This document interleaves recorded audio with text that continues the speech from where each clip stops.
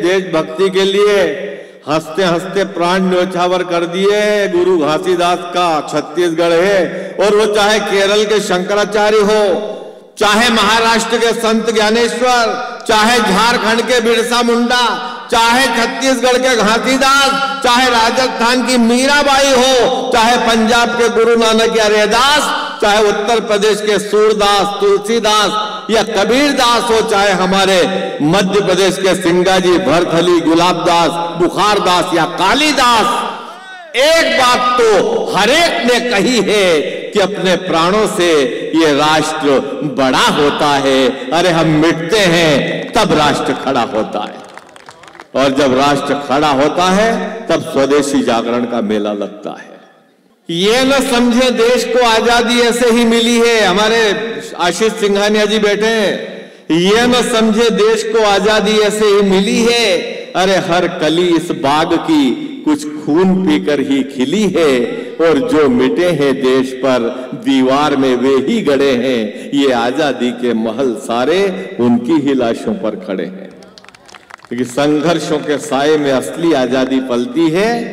संघर्षों के साए में असली आजादी पलती है, और ये इतिहास उधर मुड़ जाता है जिस ओर जवानी चलती है। एक बार केचुए ने मछली से कहा, केचुए ने मछली से कहा, मुकेश पुरानी बात है बेटा, तू छोटा था। एक बार केचुए ने मछली से कहा कि मैं मरा हूं तेरे लिए, मैं मरा हूं तेरे लिए, अब तू मत मर मेरे लिए, तू मरेगी मेरे लिए तो बाहर खड़े हैं तेरे लिए। पूछती है मछलियों से मछलियां, उधर से मत बोलो, उस माइक से आवाज आती है जिनको नहीं समझ में आता बेटा। पूछती है मछलियों से मछलियां कि ये नदी हमको कहां ले जाएगी, और अब पूछती है पीढ़ियों से पीढ़ियां कि ये सदी हमको कहां ले जाएगी। और गम ये नहीं कि नाव की जिंदगी खतरे में है, गम ये नहीं कि नाव की जिंदगी खतरे में है, अरे गम तो ये है कि इस दौर में पूरी नदी खतरे में है। रेंदो ताली, हम रो मर लेंगे, आप क्यों दुखी हो रहे हो? अकेले पे लोड आ गया, दो ही बहन बेचारी, रेंदो दीदी, हम कर लेंगे, आप मत दुखी हो। आप जो होगा रोना पीटना हमारा होगा, ये हमारे भाग्य से है, सब आपका क्या दोष। आप तो आके बैठे हैं, आप बरोबर सुन रहे हैं, बढ़िया चल रहा है, आनंद आ गया। अभिषेक जी, विनय मिश्रा की शुरुआत बहुत अच्छी रही, छोरे लड़के लड़कियों पे कविता करते। आओ गुरुदेव, गुरुदेव आपके आभारी है। चाय हमने 2-3 बार पी ली, पर ये आदत ही खराब है हमारी। हाँ, हमको बार बार ये चाय का ऐसा लग जाता है, क्योंकि उधर प्रोग्राम में दार्जिलिंग सिलीगुड़ी जाते हैं नहीं तो बार बार आती है, तो वो आदत पड़ी। अब उनको क्या पता कि ये बिलासपुर है। यह चाय केटली में हो तो देते हैं, बनाते नहीं।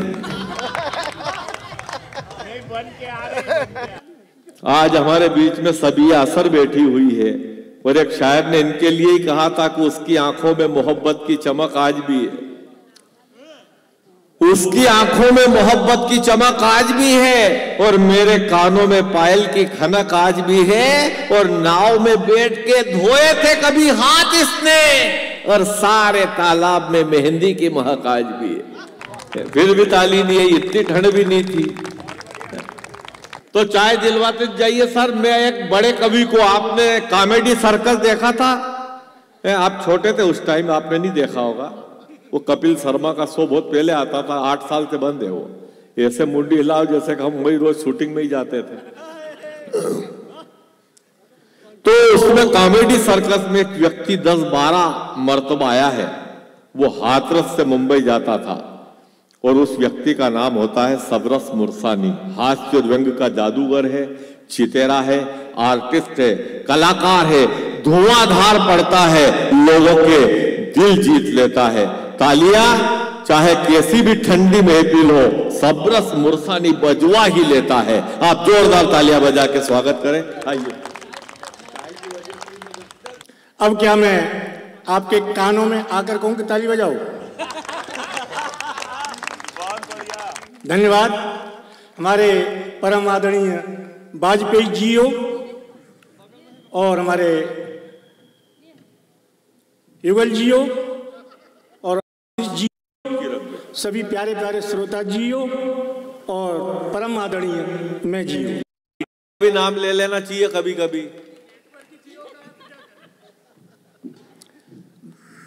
भले ही कम है लेकिन दम है, वास्तव में बहुत कम है, लेकिन मुझे ऐसा लग रहा है ये बिलासपुर नहीं, पूरा हिंदुस्तान मेरे सामने बैठा हुआ है, पूरा हिंदुस्तान।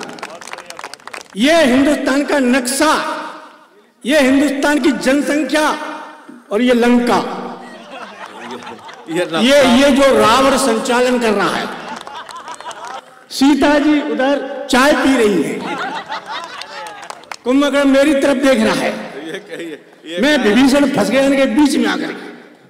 बहुत अच्छा लग रहा है वास्तव में। धोखा तो विभीषण नहीं करा था, हमने क्या बिगाड़ा।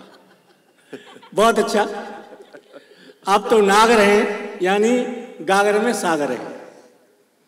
मैं सबरस मुरसानी हूं, मैं जाट हूं, आपको बता दूं, चौधरी हूं, अपना यूपी का, मथुरा वृंदावन के पास रहता हूं, वहां से मुझे मंगवाया गया है। हाथरस को भी सब जानते हैं। हाँ अच्छा, मैं दादा देखो ताली बजाने के बार बार कहते हैं क्यों वो बोर्ड डाल रहे हो, क्यों लोड डाल रहे हो अपने ऊपर। मैं भी नहीं कहता किसी से ताली बजाने के लिए, क्यों, मैं दिल्ली गया था तो मैंने भी वहां का भीड़ में सभी श्रोता दोनों हाथ ऊपर उठा के ताली बजाए।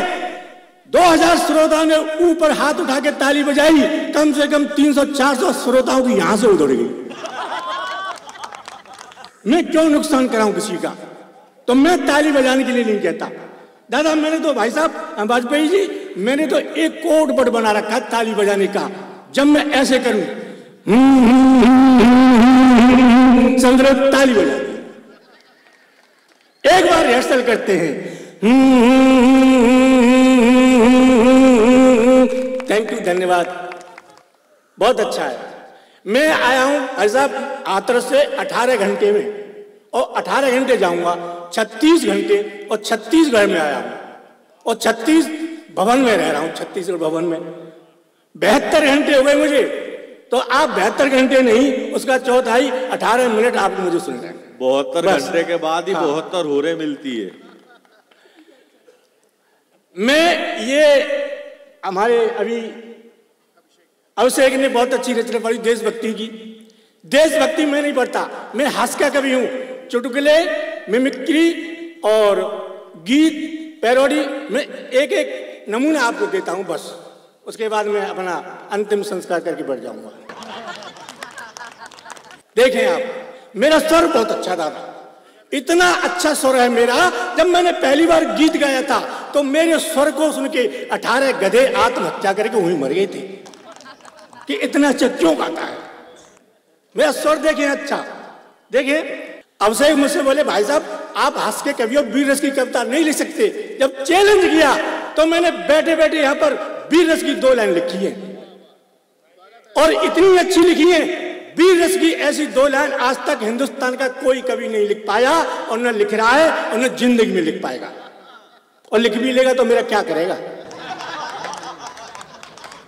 मैंने लिखी 2 लाइन की कविता, नागर जी ने मुझे ऐसे कहा था, तो अशोक जी संचालन कर रहे, मैं वहां मंच पर बैठा, पहली बार वीर रस की 2 लाइन लिखी। अशोक जी बोले दोस्तों अब तुम्हारे सामने सबरस मुरसानी आ रहे हैं, वो वीर रस की कविता सुनाएंगे। आपने देखा होगा कवि आएगा, कविता को मोबाइल में लिख के लाएगा, जब भूल जाएगा तो मोबाइल निकालेगा, फिर उसे पढ़ेगा। तो मैंने भी 1 लाइन याद कर ली, मोबाइल जेब में, मैं आया, दोस्तों मैं वीर रस की कविता सुना रहा हूं, सुने। अब 1 लाइन याद थी मुझे, मोबाइल जेब में। तो मैंने कहा मैं पूछ रहा हूं कब तक जारी मेरी जंग रहेगी, मैं पूछ रहा हूं कब तक जारी मेरी जंग रहेगी। अब मैं 4 बार पढ़ गया, आगे मुझे याद नहीं, और श्रोता सोचे आगे क्या बोले, अब मैं बोलूं तो क्या बोलूं। मैंने तुरंत मोबाइल निकाला, कविता निकाली, कविता जैसे ही निकली मेरी उंगली डिलीट पर रख गई, और कविता डिलीट। अब मुझे याद नहीं, मुझे गुस्सा आया, मैं गुस्सा में बोला मैं पूछ रहा हूं कब तक जारी मेरी जंग रहेगी। एक श्रोता खड़ा होकर बोला जब तक तेरी लुगाई तेरे संग रहेगी।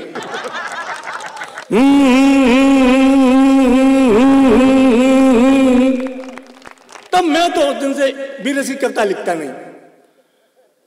भाई साहब कैमरा इधर मेरी तरफ कर लो, उधर मेहनत मैं कर रहा हूँ, फोटो नहीं खींच रही हो। इतना एक बार थोड़ा सा इधर भी कर लो, एक फोटो बना दो बस मेरी बढ़िया वाली। अच्छा यहाँ वीडियो नहीं है, चलो कोई बात नहीं है। हाँ सुना, खींच दो जल्दी से, फिर अपने काम पे लगूंगा। थैंक यू, धन्यवाद। अब ये जो मेरी फोटो खींची है ना, इसकी एक बड़ी फोटो बनाना, इतनी बड़ी, और अपने बेडरूम में लगा लेना, क्योंकि तुम सारी सारी रात घर से बाहर रहते हो, घर में एक आदमी का रहना बहुत जरूरी है। और मैं तो ये कहना चाहता हूं कि कैमरा उसके भी पास होगा, वो कोई खास सीन खींच रहा होगा, कैमरा उसके भी पास होगा, वो कोई खास सीन खींच रहा होगा। तुम मेरी फोटो यहां खींच रहे हो, तुम्हारे घर कोई और खींच रहा होगा। धन्यवाद, बस बहुत अच्छा, 2-3 फोटो हुई मेरी। देखिए दादा मेरा स्वर कितना अच्छा है, आपने अच्छा किया है वाजपेयी भाई। और ये नहीं तो लोग वो राग ही नहीं गिराते हैं, फिल्मी गीत गवा लेते हैं और मंच पर संस्कृति मिट रही है। आपने कवियों को बुलाया, देश की संस्कृति को आप बचा रहे हैं इस मेले में। और नहीं तो संगीत सम्मेलन, एक जगह संगीत सम्मेलन करवा लिया, 10 साल का लड़का सिगरेट पी रहा और मंच पर डांस कर रहा, गीत गा रहा, जब हम जबा होंगे जाने कहां होंगे। एक बुड्ढा खड़ा हुआ बोला, तू शमशान घाट में होगा। देश की संस्कृति मिटा रहे हो, बीड़ी सिगरेट पी रहे हो। बाबा ने उसे भगा दिया, मैंने बाबा को धन्यवाद दिया। अब वो गया, एक नाचने वाली आई और उसने गीत गाया, छूना ना अब मैं जबा हो गई। बुड्ढा फिर खड़ा हुआ और उसे छूने लगा। बोले बाबा क्या कर रहा है कि तुझे जवानी में नहीं छुएंगे तो बुढ़ापे में छुएंगे।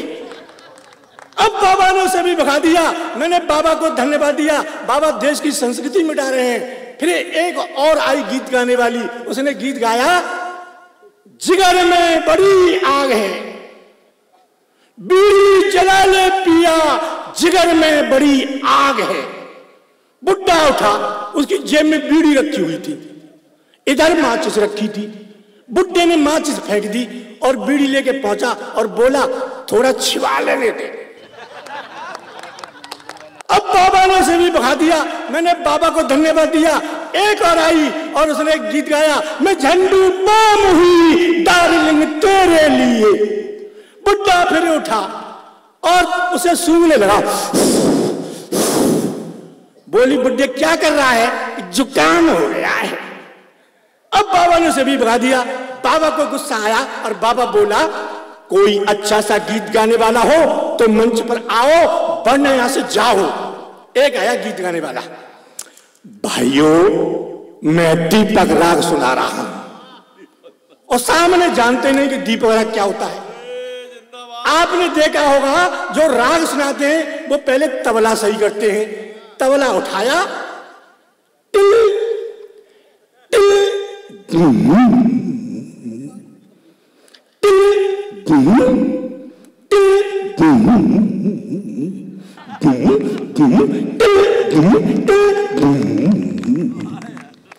अब बाबा देख रहा, 1 घंटा हो गया उसकी टिल टिल बंद नहीं हो। अब बाबा गुस्से में देख रहा। बाबा जैसे उसकी तरफ देखे,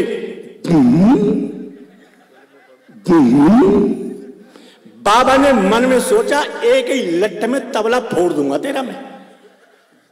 ओ 1 घंटे से क्या कर रहा है? बाबा अभी तो मैं तबला ठोक रहा हूं। बाबा बोला, घर से ठुका हुआ क्यों नहीं लाया था? तू घर से ठुका हुआ लाता, क्यों टाइम खराब कर रहा है? जल्दी सुना, सुने दीपक राग। अमुआ की डाली पे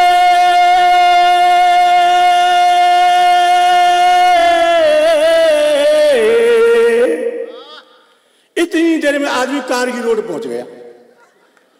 अब बाबा की तरफ, अमुआ की डाली पे न बैठे कोयलिया,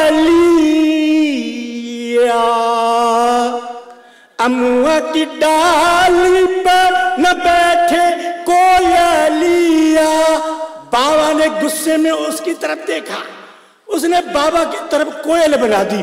न बैठे कोयलिया कोयलिया अमुआ की डाली पर डाली पर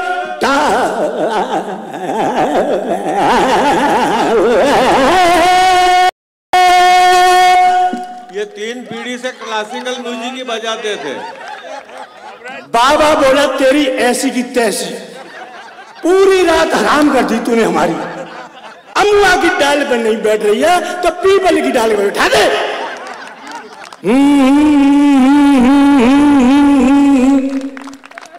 ऐसा जब मैं पढ़ता था अपनी क्लास में तो इतना होशियार था, हेडमास्टर ने क्लास में से मेरा नाम काट दिया कि तू इतना होशियार कैसे हो गया है।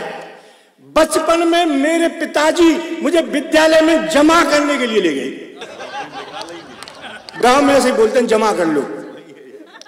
जमा करने के लिए गए, हेडमास्टर से बोले इसे जमा कर लो। हेडमास्टर ने मेरी तरफ देखा, मेरे पिताजी से पूछा अच्छा ये बताओ ये किसका बच्चा है? तो मेरे पिताजी बोले आपका ही है। अब मुझे बड़ी शर्म लगी, वाजपेयी जी मैं अपने बाप का और मास्टर से करे आपका। और मैंने शर्म से नीचे को गर्दन कर ली। हेडमास्टर मुस्कुराया, मेरी तरफ देखा और बोला बताओ ये किसके पिताजी हैं? मैंने कहा आपके ही हैं। अब तो हेडमास्टर गुस्सा हो गया, ले जाओ इसे मैं नहीं पढ़ा सकता, इसे तो कोई गधा ही पढ़ा सकता है। मेरे पिताजी बोले इसीलिए तो मैं तुम्हारे पास में लेके आया हूं। अब तो हेडमास्टर और गुस्सा हो गया, बोला तू साइंस जानता है? मैंने कहा जानता हूं। बोले एक सवाल बता। मैंने कहा पूछो। मास्टर ने मोमबत्ती जलाई, बोला बता मोमबत्ती में प्रकाश कहां से आया? मैंने मोमबत्ती में फूंक मारी, बुझाई, मैं बोला बता कहां गया? अरे जादूगर है यार ये तो मामूली। मेरे मास्टर जी ये जहां गया है ये वहीं से आया था। तो मास्टर कह रहा तू गलत जवाब दे ले, मेरा भी नाम रतनलाल मास्टर नहीं, कल तेरी कापी पर 2 गोल गोल अंडे नहीं दिए तो। अच्छा ये बता हिंदुस्तान की जनसंख्या क्यों बढ़ रही है? हिंदुस्तान की जनसंख्या क्यों बढ़ रही है? मैंने कहा मास्टर जी इसका तो तुम्हें ही पता होगा क्योंकि तुम ही शादीशुदा हो। भाई हम तो बच्चे हैं, तुम मास्टर हो, तुम ही बता दो हिंदुस्तान की जनसंख्या क्यों बढ़ रही है। मास्टर बोला सुन मैं बताऊं? मैंने कहा बताओ। कि सुन बेटा इस हिंदुस्तान में 1 मिनट के अंदर एक महिला एक बच्चे को जन्म दे रही है, समझे? इस हिंदुस्तान में 1 मिनट के अंदर एक महिला एक बच्चे को जन्म दे रही है। मैंने पूछा मास्टर जी वो कौन सी महिला है जो 1 मिनट में एक बच्चे को जन्म दे रही है? मास्टर बोला तेरी समझ में नहीं आ रहा है। तो मैंने कहा समझाओ। समझ बेटा मेरा मतलब ये है जितनी देर में तू अपनी एक सांस खींचता है उतनी देर में हिंदुस्तान में एक बच्चा पैदा हो जाता है। तो मैंने अपनी सांस रोक ली। मास्टर बोला क्या कर रहा है? मैंने कहा एक भी पैदा नहीं होने दूंगा। मैंने कहा एक भी पैदा नहीं होने दूंगा। तभी दूसरा विद्यार्थी आया, वो कर रहा। मास्टर बोला तू क्या कर रहा है? कि जल्दी जल्दी गिन मैंने कितने पैदा करके फेंक दिए। मैं भारत को चीन बना रहा हूं। मास्टर बोला तू गलत जवाब दे ले, मेरा भी नाम रतनलाल मास्टर नहीं, कल तेरी कापी पर 2 गोल गोल अंडे नहीं दिए तो। अच्छा ये बता जब मक्का भूनते हैं तो कढ़ाई में से मक्का के दाने क्यों उछलते हैं? मैंने कहा तू कढ़ाई में बैठकर देख, तुझे अपने आप पता लग जाएगा। मास्टर बोला गलत जवाब दे ले, मेरा भी नाम रतनलाल मास्टर नहीं, कल तेरी कापी में 2 गोल गोल अंडे नहीं दिए तो। अच्छा ये बता महिलाएं अपनी मांग में सिंदूर क्यों भरती हैं? मैंने कहा मास्टर जी इसलिए भरती हैं लोगों को पता लग जाए इस प्लॉट की रजिस्ट्री हो चुकी है। अब मास्टर बोला तू मुर्गा बन, तू मुर्गा बन। मुझे मुर्गा बना दिया, एक डंडा मारा और बोला बता तू कौन है? मैंने कहा मैं हूं मुर्गा। कौन? मैंने कहा मुर्गा। बोले बता मैं कौन हूं? मैंने कहा तू मुर्गी। मास्टर बोला तेरे पास क्या प्रमाण है कि मैं मुर्गी हूं? मैंने कहा कल तू मेरी कॉपी पर 2 गोल गोल अंडे देगा। मेरी पत्नी मुझसे बोली फालतू बातें करते हो, कभी 2 लाइन श्रृंगार की मेरे लिए लिखी? मैंने सुन तेरे लिए मैंने श्रृंगार की 4 लाइन लिखी है, सुनाओ। अच्छा भाई साहब आशीष जी, मेरी पत्नी उसका रंग कैसा है? जैसा मेरा पैंट और शर्ट है, शाह काला रंग है उसका। तो मैंने कहा तू श्रृंगार करके आ और मैं श्रृंगार का गीत सुनाता हूं। अब वो काले शरीर पर क्या श्रृंगार करे? श्रृंगार करने गई, काले शरीर पर लाल साड़ी, लाल ब्लाउज, लाल चप्पल, लाल चूड़ी, लाल बिंदी, लाल सिंदूर लगाकर बोली कैसी लग रही हूं? मैंने कहा ओहो काले शरीर पर लाल ही लाल। मैंने कहा देवी तू ऐसी लग रही है जैसे कोयले की खान में आग लग गई है। दूसरा श्रृंगार कर चल। फिर गई श्रृंगार करने, काले शरीर पर पीली साड़ी, पीला ब्लाउज, पीली चप्पल, पीली चूड़ियां, पीली बिंदी, पीला सिंदूर लगाकर बोली अब कैसी लग रही हूं? मैंने देखा काले शरीर पर पीला ही पीला। मैंने कहा देवी अब तू ऐसी लग रही है जैसे सरसों के खेत में भैंस घुस गई हो। लेकिन एक बात बताऊं भाई साहब, संसार में पत्नी का सबसे बड़ा धन उसकी पत्नी होती है, चाहे वो भले ही काला धन सही है। तो मेरा ही 7 फेरों के बाद मिला है। कुछ साल पहले नरेंद्र मोदी बोले भाइयों काले धन को बदलने जाओ। मैं लुगाई को लेके पहुंच गया, बदलो मोदी जी काले धन को। मोदी जी मेरी तरफ देख के हंसे, मुझे हंसी आई। मोदी बोले क्यों हंस रहा है? मोदी ने फिर मेरी पत्नी देखा और बोले 50% लगेगा। मुझे हंसी आई, बोले क्यों हंस रहा है? मैंने कहा मोदी जी 50 साल की है, अब तो 25 साल की लेके जाऊंगा। पत्नी बोली जल्दी सुनाओ। मुझे सुन।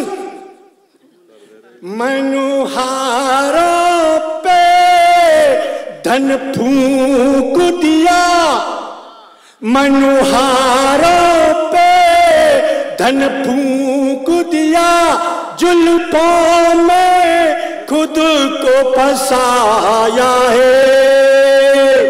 तब कहीं जाकर ये ब्याह मैंने हाँ तेरे संग रचाया है। शादी जो करी तुझ जैसी से कितना अकल का कच्चा था। शादी जो करी तुझ जैसी से कितना अकल का कच्चा था। अब समझा फेरे लगा करके तुझसे तो रड़ुआई अच्छा था। अब समझा फेरे लगा करके तुझसे तो रड़ुआई अच्छा था। ओ पत्नी मेरी क्यों जुल्म करे, तेरा खसम तो घिसता रहता है। ओ पत्नी मेरी क्यों जुल्म करे, तेरा खसम तो घिसता रहता है। तेरे बेलन की इस चक्की में ये हरदम पिसता रहता है। तेरी चप्पल से पिट जाऊंगा, तेरी सैंडल से मिट जाऊंगा, तेरी चप्पल से पिट जाऊंगा, तेरी सैंडल से मिट जाऊंगा। मत इतना मुझको मार तू। हो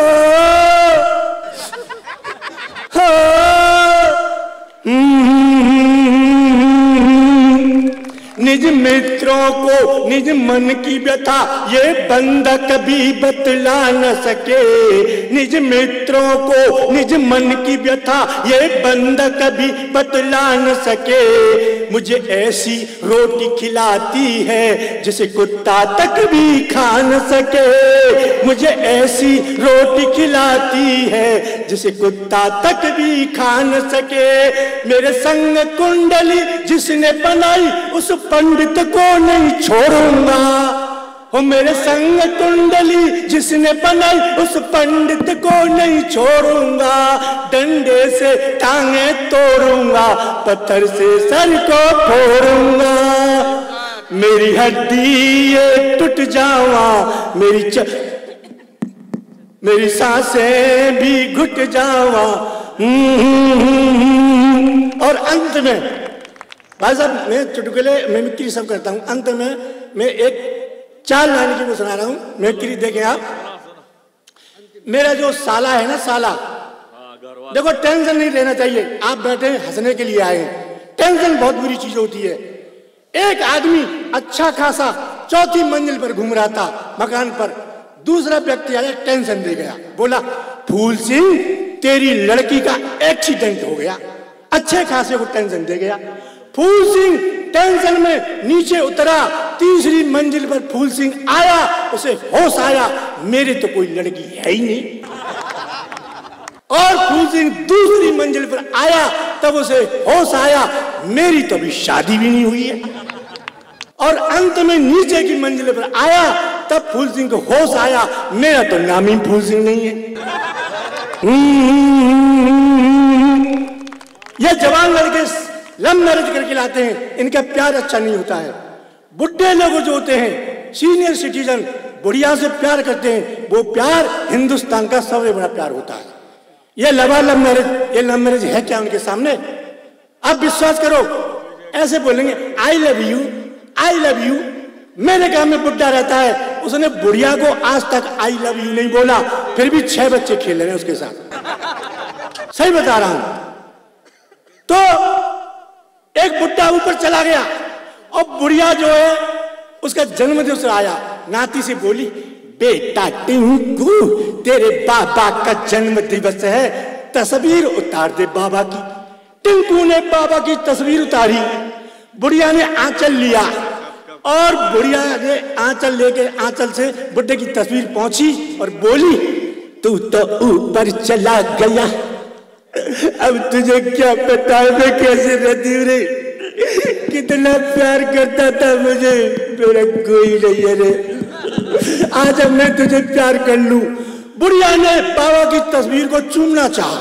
भाई साहब तस्वीर के पीछे एक बर्र बैठी थी, ततैया पीले वाला। अब बुढ़िया ने जैसे बाबा की तस्वीर को चूमना चाहा, उस बर्र ततैया ने बुढ़िया की नाक पर डंक मारा। अब बुढ़िया ने तस्वीर फेंकी और बोली मर गया पर छेड़खानी नहीं छोड़ी।